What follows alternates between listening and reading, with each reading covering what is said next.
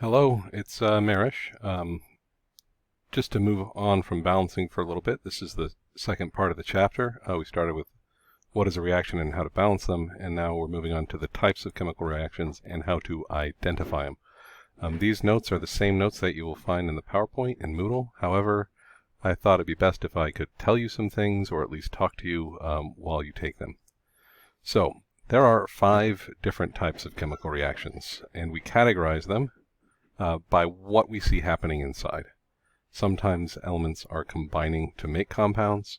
Sometimes elements or compounds, sorry, not elements, compounds are breaking apart into elements.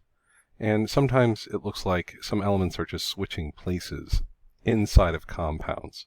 So those ones are a little bit more unique looking. There's 2 different types on that last section. So where am I? Where's my marker? I can't touch anything right now. Here we go.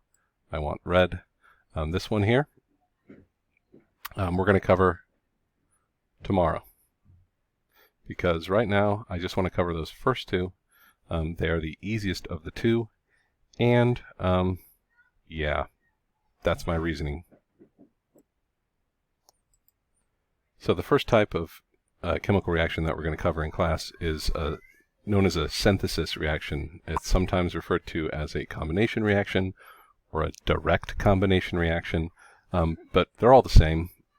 In what we see in this type of reaction, we have 2 different elements combining to form a single compound, or combining to synthesize a single compound.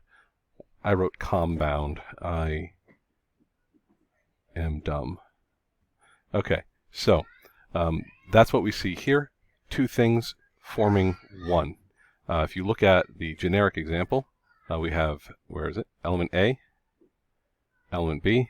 They combine into a single compound. There's no more plus sign. There's 2 things on the left, and only 1 thing on the right. That's what we look for.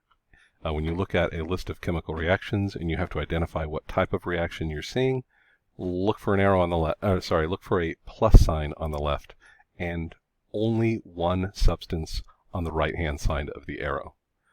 After I wrote this slide initially, I had to write a clarification here. To clarify, it's usually 2 elements that we see combining to form a single compound. But sometimes you'll see 2 relatively small compounds combining to form a larger compound. I'll show you an example on the next slide. Here are some real examples of chemical reactions that would be described as synthesis reactions. In example 1, we have hydrogen gas. Let me change the color of my cursor for a second. Let's go to gray. All right, we have elemental hydrogen, which is hydrogen gas, with elemental nitrogen, which is nitrogen gas, combining to form a single substance of ammonia, or nitrogen trihydride. The second reaction, we have aluminum metal combining with oxygen gas, what am I saying? To form aluminum oxide. And lastly, not lastly, first to lastly, hydrogen gas combining with oxygen gas to make water. The last example, the 4th example on this page, is water combining with dinitrogen monoxide to form ammonium nitrate. That is 2 small compounds, the water and the dinitrogen oxide, forming 1 larger substance. That's the word I'm looking for. Remember, in all 3 of these examples, where is my cursor? There we are. In all 4 of these examples, we have 2 things going to 1 for every single example. Doesn't matter how big they are to begin with. There's always just 2 on one side, on the left, with a plus sign. So look for a plus sign. Look for it. Oh my God. And over here, no longer there. And it takes me a long time to write. Okay, so those are our examples. Synthesis, 2 to 1. The next reaction type, type 2, is the decomposition reaction. In this reaction, you have a single compound breaking apart into smaller compounds or elements. So you could have basically the opposite of what we had on the last slide. Synthesis, two things making one.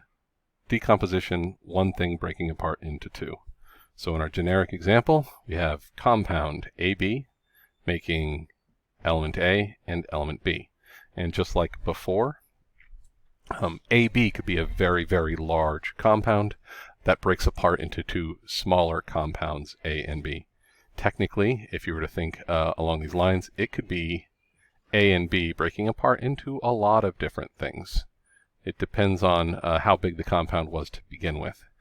Same thing goes on the synthesis slide, which I should have clarified. Let me go back for a second.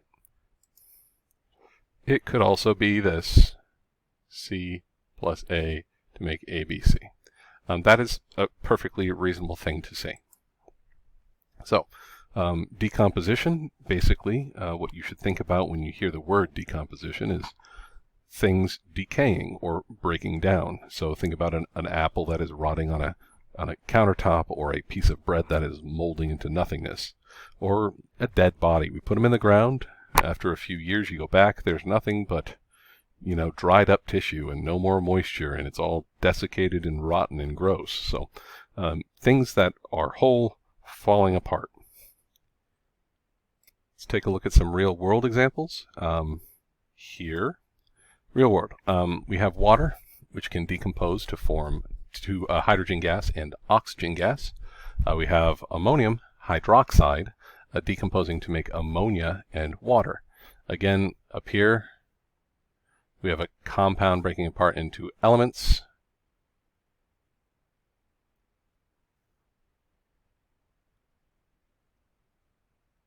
And down here, we have a compound breaking apart into smaller compounds.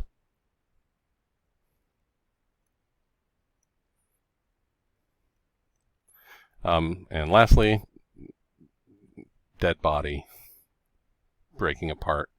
This isn't really a dead body decomposing because, well, they'd still stay together.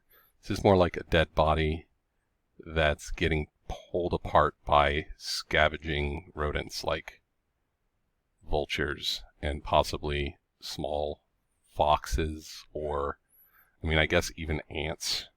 I don't know if they could drag a leg away, but it's possible. And I don't know if there would be blood. I'm just assuming, because the body's dead. Is this before they went to the mortuary? Like, if it was, there would be no blood left. No, there would be blood. Who am I kidding? If they didn't go to the mortuary, there'd still be blood. But if they went to the mortuary, they usually drain all that away. So, yeah. All right, lastly, for an assignment, I'd like you to look at these equations. You don't really have to write them down, but if you'd like to pause the video when I'm done talking, on Google, you'll see a form that you must complete. And what I would like you to do on the form, referencing 1 through 6, I would like you to answer the questions.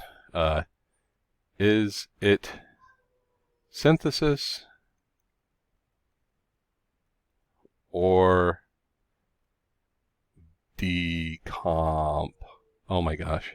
composition? There we go. Oh my gosh, why is that? I gotta back up. Oops, there we go. Question mark goes at the end of a sentence. All right, so that's your assignment. Feel free to pause the video, write down your answers, and this will be a graded assignment on Google Classroom. It'll be in the form of a Google form, so go. Have a good day.